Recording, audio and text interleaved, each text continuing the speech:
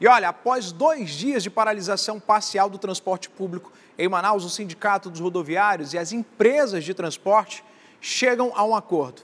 E a greve foi encerrada, graças a Deus. Sobre o assunto, quem chega agora com a gente ao vivo é a nossa Linda Almeida, direto do Terminal de Integração 2, que tem as atualizações de toda essa situação, acompanhou em loco, né, a greve dos rodoviários e agora vai trazer essa boa notícia. Linda, bom dia para você. Bom dia, Luiz. Bom dia para você de casa que acompanha Amanhã no Ar. Então, durante o decorrer dessa semana, desde terça-feira, a gente vem acompanhando de perto a greve dos rodoviários, desde o início, quando eles apresentaram as suas demandas. E agora a gente tem a confirmação do fim dessa greve após um acordo que foi firmado ainda no fim da tarde de ontem, entre o Sindicato dos Rodoviários e o Sinetran, que é o Sindicato das Empresas de Transportes com Passageiros aqui do Amazonas. Então, para a gente entender melhor esse cenário e mostrar para vocês que a movimentação aqui permanece com fluidez, com tranquilidade, sem aquele transtorno que a gente observou durante essa semana. O Sindicato dos Rodoviários ele solicitava um reajuste de 12%, no que inclui o salário deles como um todo e também os benefícios como cesta básica e vale alimentação. Além disso, eles solicitavam que os cobradores eles permanecessem dentro dos coletivos. Isso porque em muitos coletivos já se observava os motoristas atuando como motoristas e como cobradores. E é o caso claro ali de acúmulo de função, onde eles não recebiam bonificação correta por exercer duas funções diferentes. Então o sindicato ele solicitava essa bonificação, o reajuste salarial de 12% e que os cobradores fossem mantidos. Ali então, na tarde desta quarta-feira, entrou-se um acordo entre o sindicato e o Sinetran em que vai haver um reajuste de 6%, ou seja, metade do que foi solicitado pelo sindicato, e ainda a permanência dos cobradores, porém em casos específicos, em ônibus em que existe uma rentabilidade até 10% de dinheiro em espécie, vai ser começado gradualmente a retirada dos cobradores, ou seja, aqueles ônibus que têm menor circulação,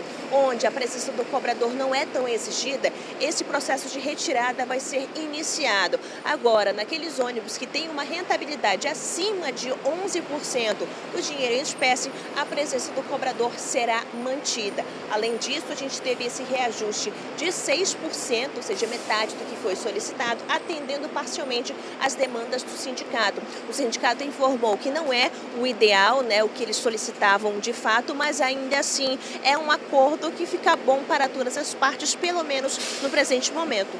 Contudo, a gente gostaria de salientar aqui que a gente chegou no Terminal de Integração 2 há mais ou menos uns 20 minutos. E quando nós chegamos, a gente estranhou bastante uma movimentação um pouco curiosa, bem aqui na frente desta farmácia, na saída do terminal, onde muitas pessoas ainda pegavam transportes de aplicativo. Ali a gente consegue, inclusive, verificar que algumas pessoas estão saindo do terminal e pegando motos de aplicativo. Isso porque, segundo eu conversei com algumas pessoas, os ônibus ainda estão com uma demora muito grande, como se a greve, de fato, ainda não tivesse encerrado.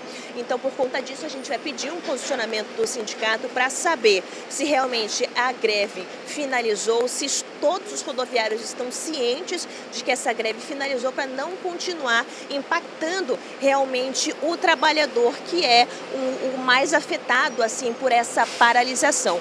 Mas pelo menos a circulação dos ônibus, ela permanece habitual, permanece como funcionava anteriormente à greve. Para a gente fazer o comparativo, por exemplo, na terça e na quarta-feira, esse cenário aqui de vários coletivos não era presente. A gente via, inclusive, um espaço vazio. Agora, hoje, após o fim da greve, o que não falta aqui é ônibus, mas a gente vai apurar se realmente todos os rodoviários estão cientes para dar esse parecer para a população não precisar recorrer aos aplicativos e acabar não atrasando para seguir a sua vida com tranquilidade. Luiz.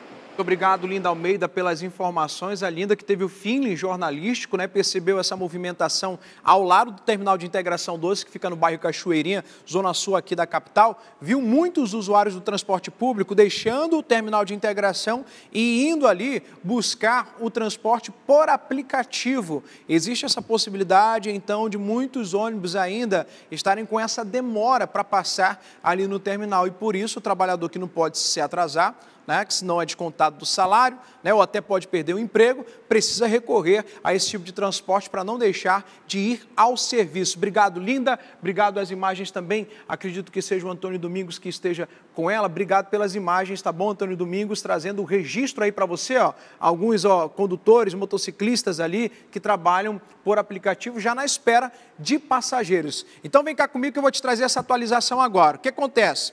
Os rodoviários pediam ali, né, um reajuste de 12%, se chegou ao número de 6%.